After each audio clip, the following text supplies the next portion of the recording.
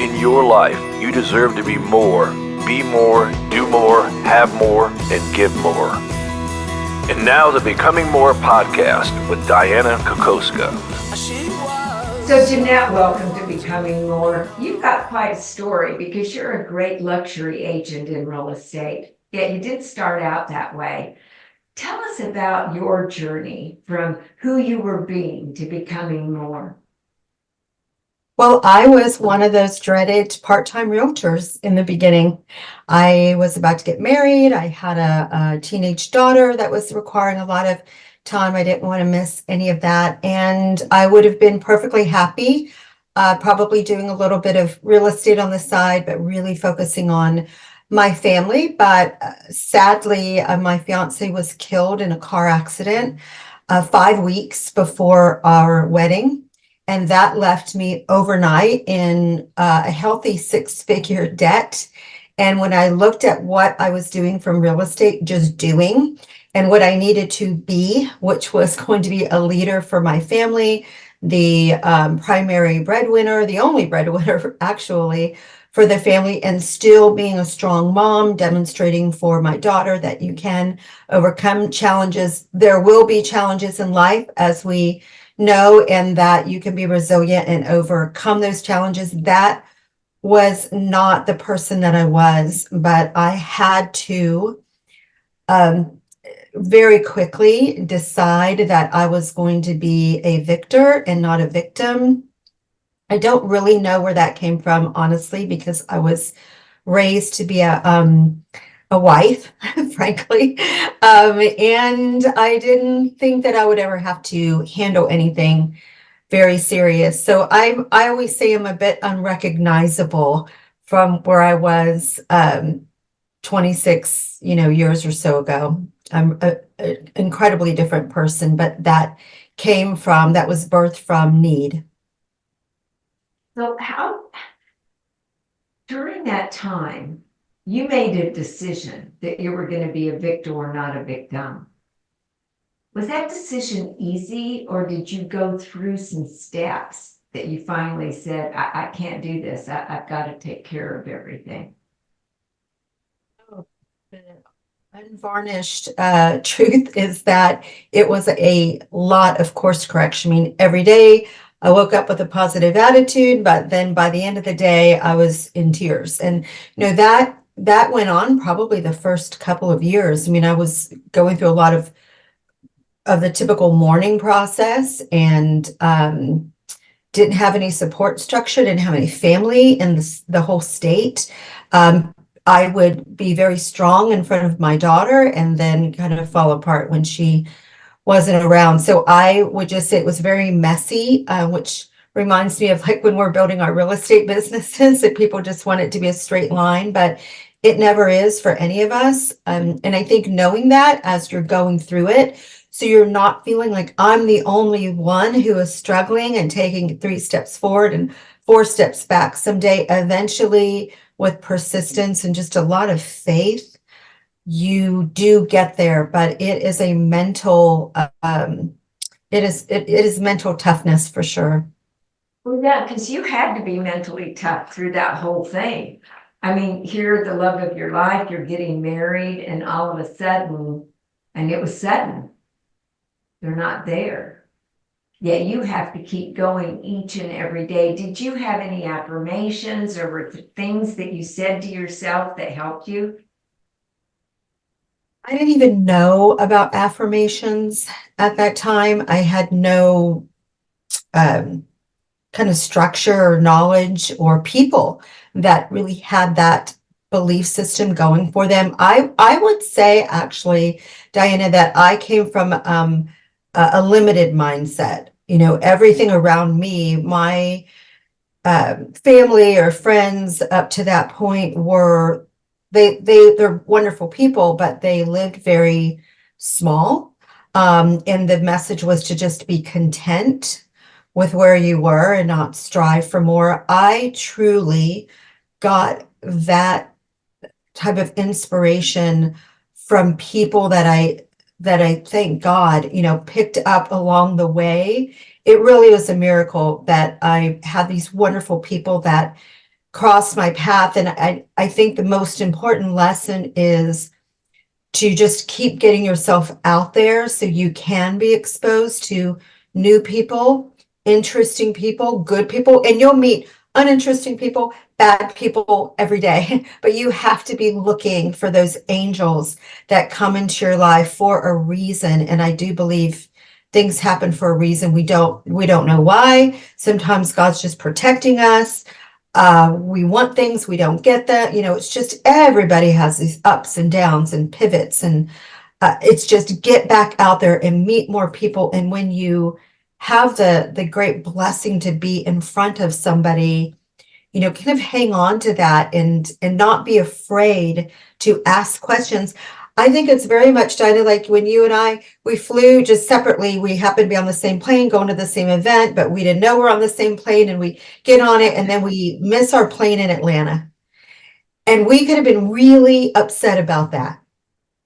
But instead, I feel like we were there all day. But you and we were there a long time because we got bored with the airline club, and then we went to the other airline club from terminal to terminal because we were just so bored, right? So we were there for a very long time, and we used that time, and I learned so much about you. I'd always admired you, but I learned more deeply about you, and I think you with me. And so there's examples like that. Sometimes things happen. You as a human being have to be the person. Nobody's going to do it for you. You have to be the person to say, I'm interested in that person. I like what they're saying.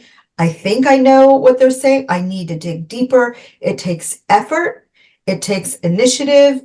It takes focus. You cannot be on your phone all the time. You have to be looking around and absorbing what's right in front of you. And I do believe we all, every week, we have the opportunity to be around greatness. We have to recognize it, and we have to work for it. Yeah, I love the fact that you said don't be on your phone all the time. So many people miss things because they're looking down on their phone.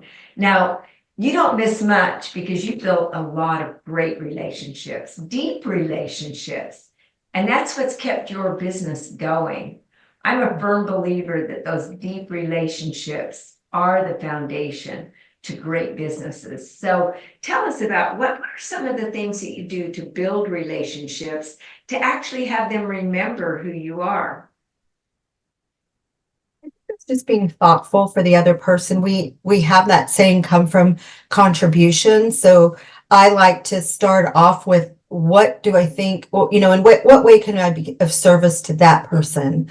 And just naturally, it's an organic process of people feeling like you actually care about them, paying attention to them, looking at them, and not all around the room, for the next thing you're going to do, like just being genuine that you have an interest. And I think following up, and I mean, honestly, I could do a much better job at this. I'm always thinking, oh, I need to send someone a note card. I love note cards. That is my love language. So I have to do the same. So I always try to have a stack of, cards with me and a roll of stamps.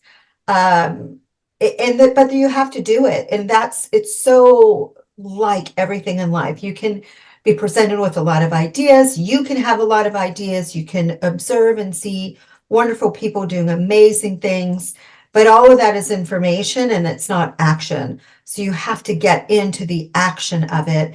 And so I think the next part of staying connected is reaching out well past, even if it's something short. Block out some time every week to go back in and touch base with people who are meaningful in your life. I think sometimes as realtors, which, at the core, I'm a real estate broker. I'm a real estate agent. We know to do that when we're prospecting for business, but that's about money and your business. And I think you should be equally focused and tenacious about prospecting for your growth, prospecting for your life. And the same way we block out time to, whatever stage you're in your real estate, to make calls or buyers or sellers or what have you, you should equally dedicate time to just growth. And part of that would be the people, the talent around you, the interesting human beings around you that you need to take time for. Well, I love the fact that you say you can grow and learn from everyone, because we do. Yet you're very intentional about your growth. You're very intentional about who you learn from. What are some of the things that you look for in a mentor? Authenticity. I like to hear from people who are willing to share their failures. I much admire that. I also have a penchant for people who started with nothing and built something. Not that somebody who started, well off, maybe in terms of business or finances, don't have something to offer, but I love to hear those underdog stories. So that is very appealing to me. And I also like people with empathy. And that attracts me to them. I feel like I'm a good judge of people who are genuinely empathetic, wanting to better people around them. It's not just bettering yourself, but people that you come into contact with, people who can feel for others. So that's the kind of, and of course we all want people who are wise and smart, and I think those are kind of easy things to be looking for. But for me, empathy scores pretty high, and as does authenticity. Yeah, I love the fact that you know exactly what you're looking for, the values that these people are going to hold. And of course, you exemplify that yourself because those are important to you. I know that you've been in the Elite 25, as mentioned in the bio earlier. And the thing I'd like to focus in on, though, you were one of the 25 finalists in the Profiles in Power right here in Austin. You were up against some very powerful women, and just to be recognized as one of the top 25 is quite an honor. What did you feel when you got that and you look back at where you had started? Well, the Profiles in Power, I'm very proud of, because of course that takes into account people from all industries, all walks of life, throughout Central Texas. So that was a surprise. And gosh, I think I just felt like, okay, I'm on the right path, because it's never about I've arrived. Right? Like I'm on the No, right path. it's not a destination, it's the journey, right? Right. And I think it's validation that you are doing the right things. I loved the part of your book in Becoming More, where I think you talked about sometimes people die 1,000 deaths of like having a goal and it not coming to fruition. But you in your push to live from the inside out, right? And your ideas become dreams, become realities. I think it went something like that. And when you get this kind of validation, I think it makes you feel like, okay, I'm on the right path. My mindset is right. I am in action. We have to keep going. I think we all need a pat on the back occasionally. So the Profiles in Power was very meaningful to me. That the Elite 25, it's kind of interesting. This really is an evolution, because I remember looking at that group of people thinking, oh, if I could only be an Elite 25, I mean, everything will be perfect in this world. And then when you do get there, if the people in that group are transparent with you, you realize they still have problems and issues and stressors and concerns. I was going to ask you, was everything perfect once you arrived there? No, not at all. But I think more importantly than that was I was very fortunate to earn that distinction year over year for, gosh, I don't know, 17, 18 years or something like that. I think there was 1 year in between where I didn't earn that. You submit, they look, they check everything, and you get in or you're not in. And I can remember being devastated, like crying, honestly. And then the next year I got back in, I'm like, whew, goodness. But where I saw What did growth you in, go through though? Let's pause right there. What did you go through when you didn't make it? oh, I was really depressed. I mean, not long, maybe a couple days. I was concerned that clients would think that I wasn't worthy of doing business anymore. I was concerned about what the other agents would say. I felt like maybe I would lose one of my tools that I used to gain business. But what I found out is none of that really was true. See, I really want the listeners to hear this because so many times we are devastated. We go into a depression or we become very anxious because we weren't able to achieve that goal. Yet what I hear you saying is it actually gave you more motivation to do better the next year. Yes, and gratitude. Because I think when you get something over and over again, it can start to lose its importance in your life. So when I was able to work my way back into that group, I was very grateful. But a few years ago, what started to happen was I looked around and I thought, I feel like I have more to offer than just getting into this group. If this is the pinnacle, I'm beyond it.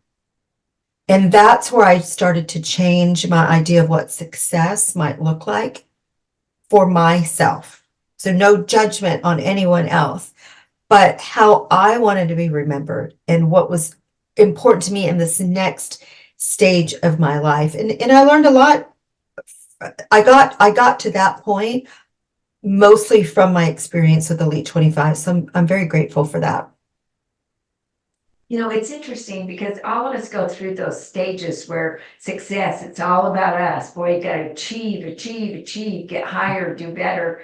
And then all of a sudden, we get to a point where it's like, I want to help others do better. I want to go from success to significance and make a difference in the world. And you definitely have done that. You have gone into philanthropy and you're doing so much around the world. So let's shift gears for just a moment. I'll come back to how you succeeded in real estate and some of the things you did. Yet you've been to various countries like Guatemala and so many places that you gave back to the people and you served them. Tell us a little bit about that and why you decided to do that.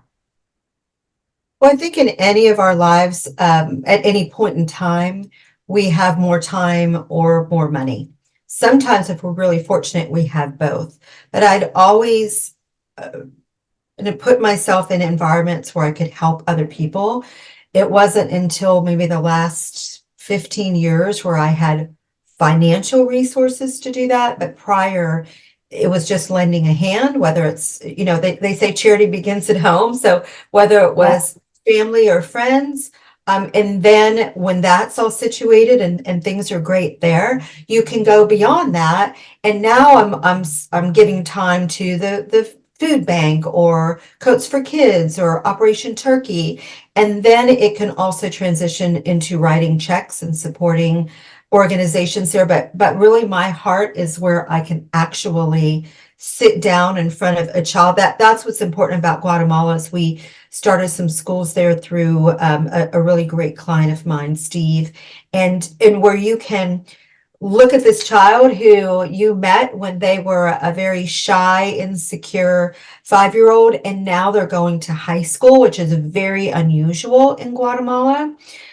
That is Right. I can see I touched that person as opposed to, writing a check and it goes somewhere and I don't even know where. I like things where I'm actually connected to the individual, and I love situations where I feel like I can have an impact on children to know that they can have anything that they can be, do have anything that they want.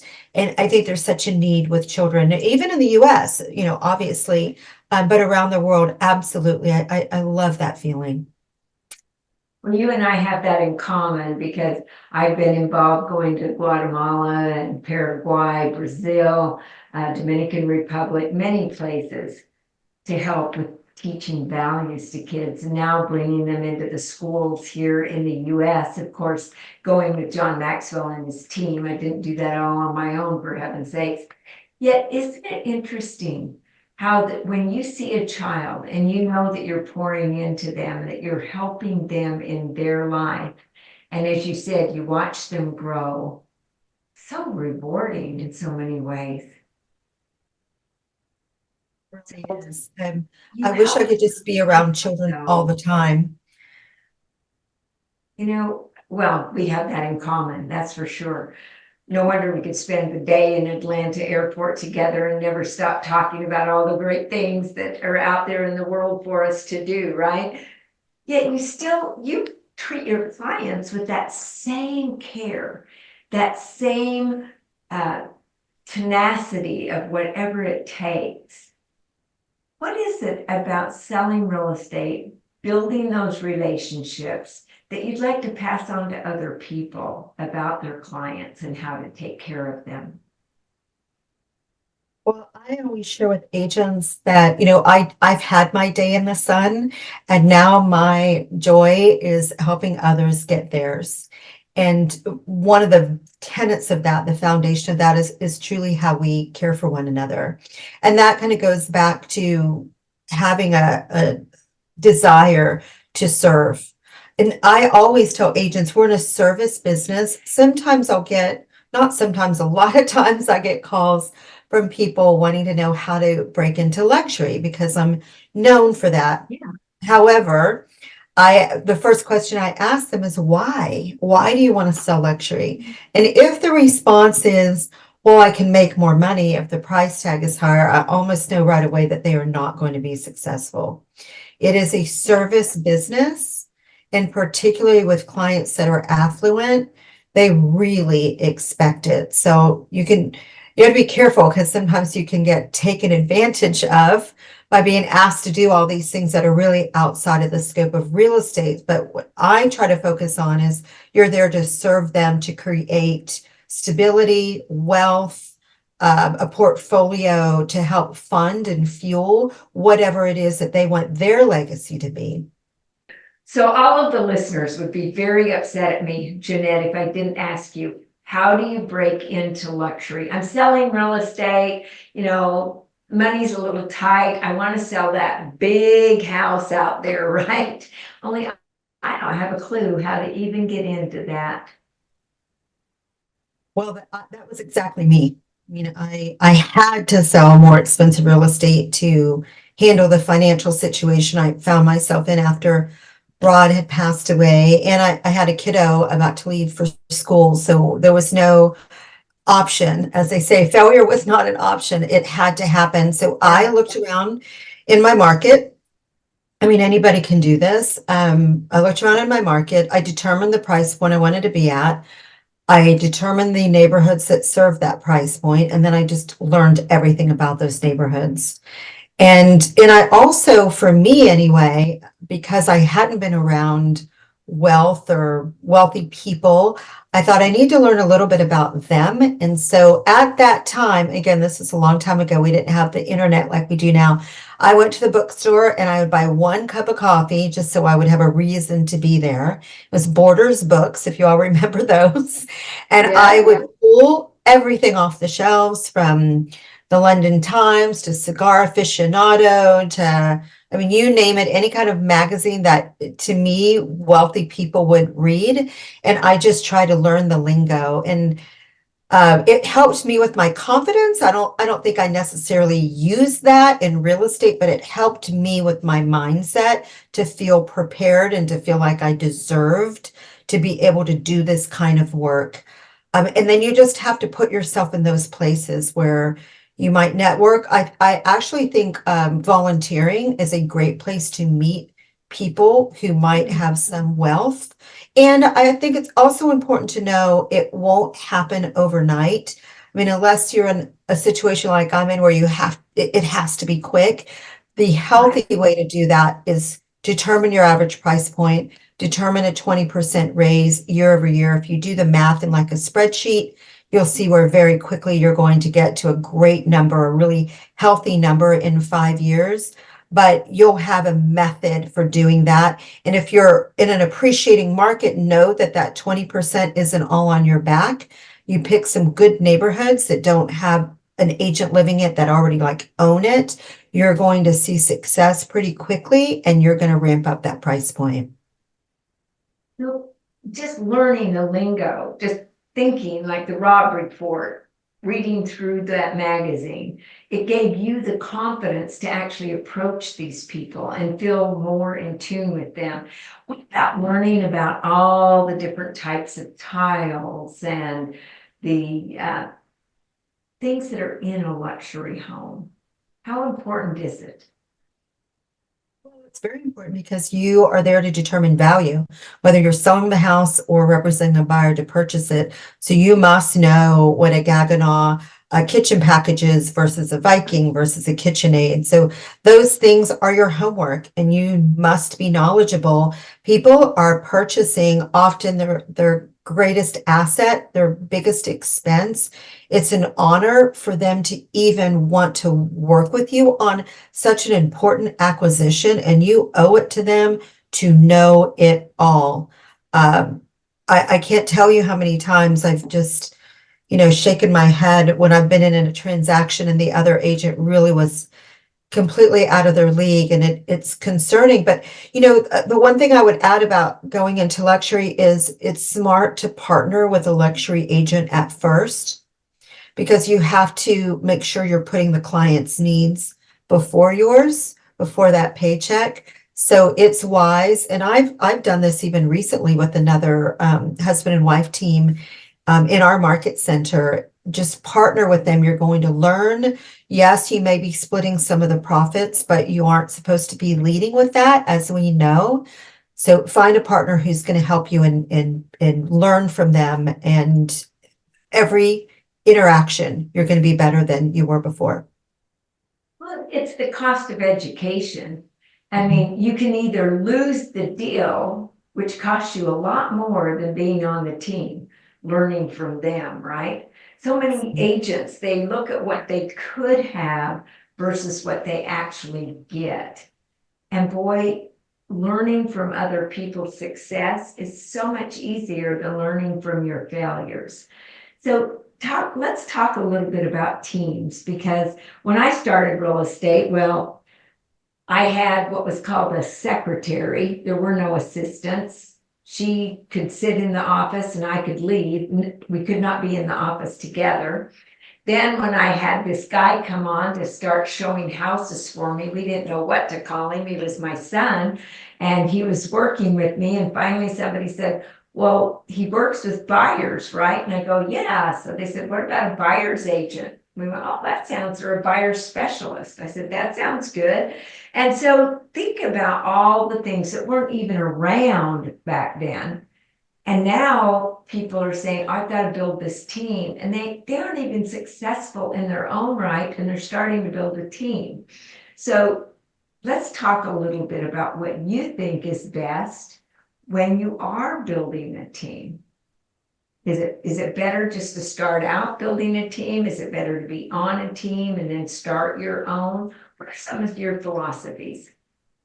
I think it's better to be on a team and learn and then start your own. The learning curve is so high. And unless you've built other businesses before you got into real estate, you're going to expend so much energy and you're going to get frustrated. And in the wake of that will be teammates, agents, as well as administrative partners who are going to suffer because you weren't prepared. And I think that's a huge disservice.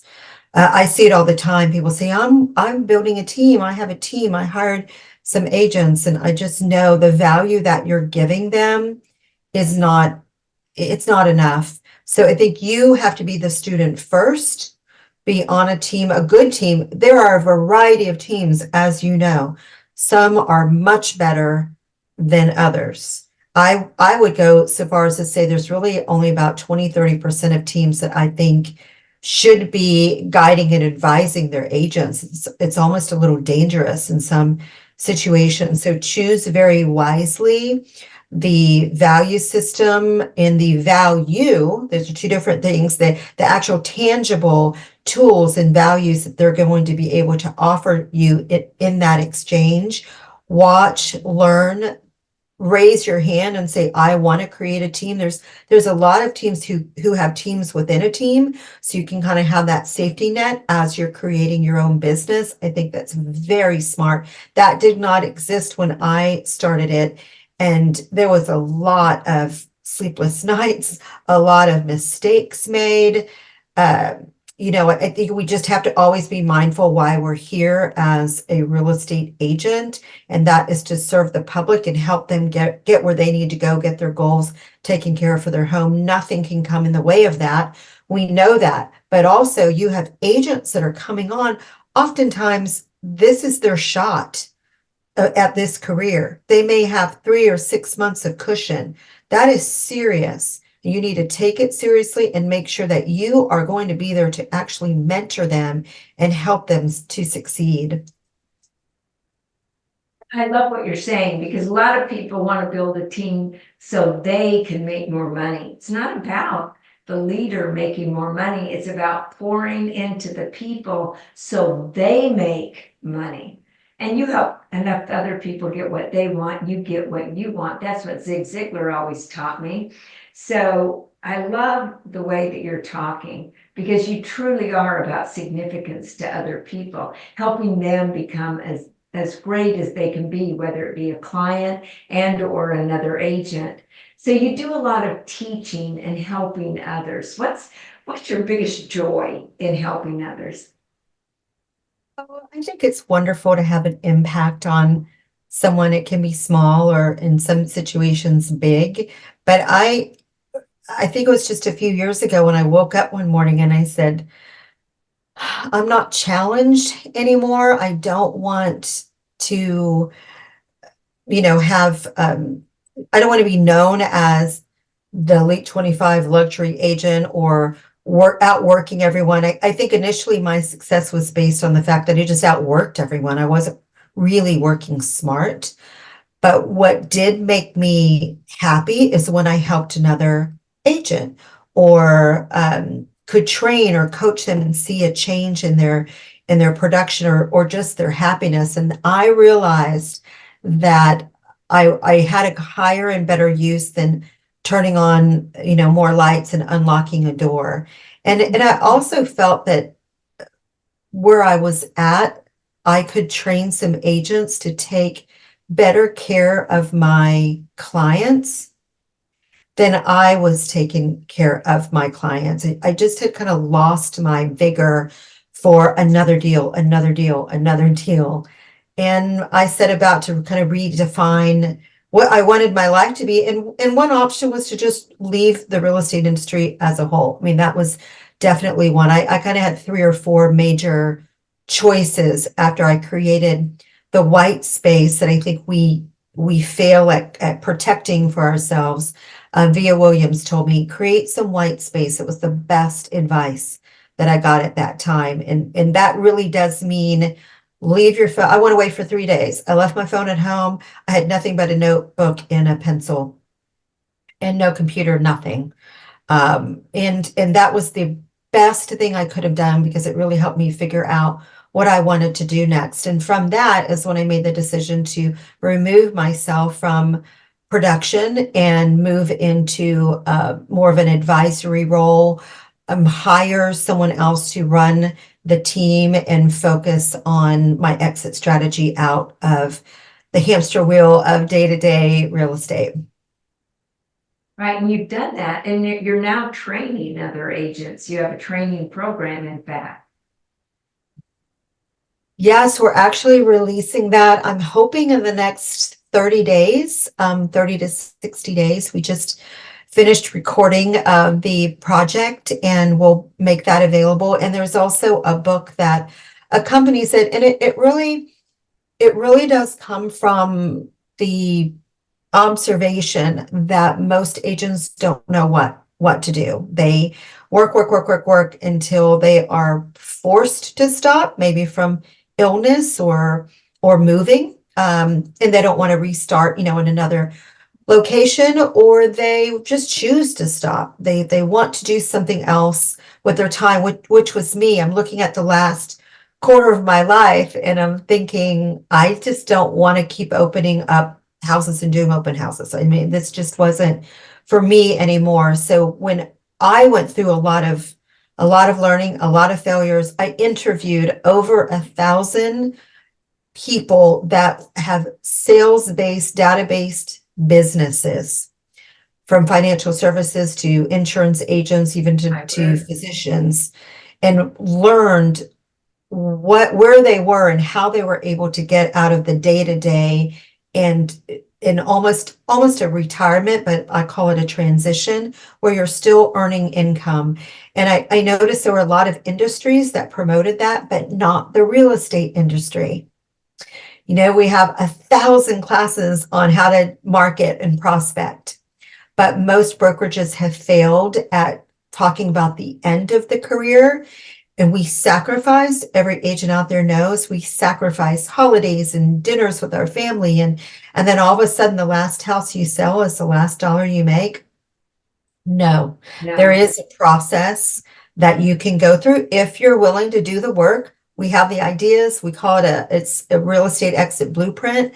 We have the blueprint for you to follow and learn how it is that you can extract yourself from that kind of relentless work, but still be able to maybe stay in part-time. Like of my 16,000 clients, I have 100 that I work with.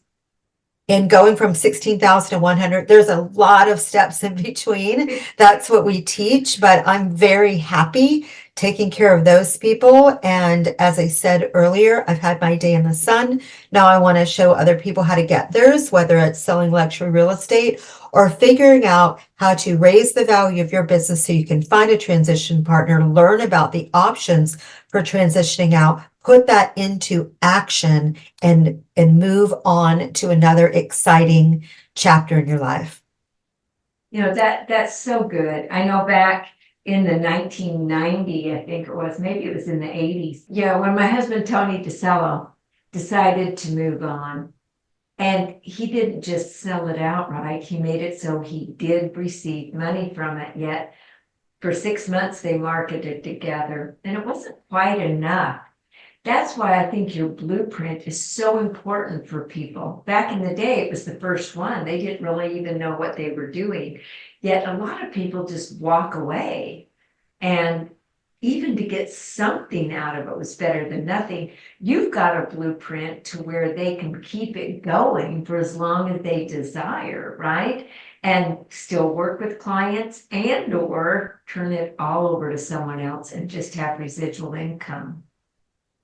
Well, the fact is that there are many options. There's 8 that I've put together, exit strategies, just learning about those and choosing what does the work for you.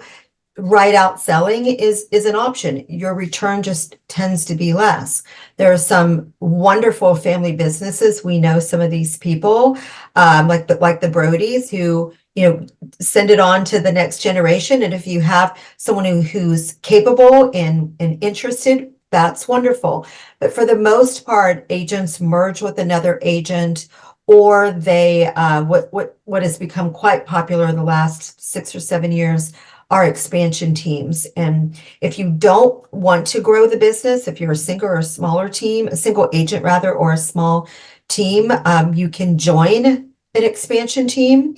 And there's great successes with those. If you've already established a business like I had, you can have your business join that expansion network. That's an option. That's what worked for me. But there are 8 options. And I think that the agents just need to know, number one, you can do it if you choose. They have to learn about all the options so they see what works for them. They have to really, the third module we cover is really assessing the current value of their business. And we go from, basic accounting and EBITDA and add backs and things that really do kind of shore up the financial structure of your business, even down to diversifying income streams. And that section of alone helps anyone in business, whether they're wanting to leave in 2 years, 2 months, or 10 years, or never. That's just a valuable part of the education that we're providing. And then it's moving to, okay, how do I take all this information and implement it and raise my value? We have exit consultants that can help people do that if that's what they choose. And then finally, the final component is, the final 2 components is choosing the right transition partner. I chose poorly the first time and I had to course correct. I'm very forthcoming with the mistakes that I made, and everybody makes mistakes. But then the final module is the exit process itself. So I think it's much needed for our industry. We deserve, realtors are hardworking. We deserve a way to monetize our futures, and other industries do it, and we should be able to as well. Now, I definitely agree with that. And I love the way that you put this together, because people can learn from your successes. More importantly, they can learn from the failures that you made so they don't make the same ones. So Jeannette, parting thoughts. What is it that you absolutely want to leave with everyone? That may be a question I failed to ask you that you'd like to answer right now. What parting words do you have? I feel that in this industry, well, I don't know. I think maybe I think maybe for everyone, we are programmed to go. Like we are foot on the gas, go, go, go. And there are times where we have to slow down. That is very difficult for entrepreneurs, for high performance minded people. And there's such great value in just taking that pause. And I really want people to take a moment to kind of reflect where they are and have that white space to think about where they want to be, because before you know it, it will be here. We know time flies by.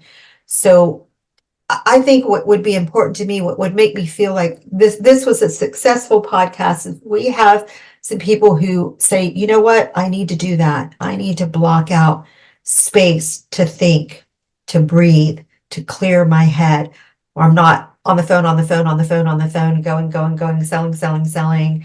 That is just so unhealthy from a health standpoint, but also just from a mindset standpoint. We need to stop and have the courage maybe to say no to a few things. I think, didn't your book have an Earl Nightingale quote about you need the roadmap, but you also need the courage to kind of press on to your destination, and to know that there is a way to do that, whatever it is. You may want to stop what you're doing and volunteer all the time, or stop what you're doing and spend all your time with your grandchildren. Whatever it is, it's possible, but it starts with your mindset for that success, and know that you do deserve to have many options, to get rid of the limiting belief that it's not for you, it's for other people. It is for you. It is for other people. Or I'm sorry, it is for you. It isn't for other people. But you have to clear the air, know what you want, figure out the plan, and put that plan into action. You got to get into action. Love what you said, because just having thinking time and then that implementation. I have a saying that we're information rich and implementation poor. And you have truly taken the information that you have, implemented it. You've allowed yourself to fail in different situations, picked yourself back up, and figured out a way to make it work. And now other people can learn from you. And we're so appreciative of you sharing today how you went from being who you were to becoming more. And now you're helping others become more in their own right. So thank you so much, Jeannette. It's been such a pleasure. And I look forward to your new class coming out. Thank you. Thank you for having me and giving me this opportunity. It's always wonderful to visit with you, of course, but I think it's wonderful to have the opportunity to help impact other people. So if anyone's interested in that message that I had for my class and for the book, it's realestateexitblueprint.com, and they can go there right now. That site is live, and put in their information, and we'll circle back with them and see if there's some way that we can help people. That is my mission now, is just let's see how we can help others. Love that. And also, people may want to follow you. Are you on Instagram or Facebook? If so, let us know how we can hook up with you. Yes, I am on Instagram, but probably better is Facebook. Our professional Facebook page is Spinelli Residential Group. That's really the only one I go to. So if you're wanting to talk to me, that would be it.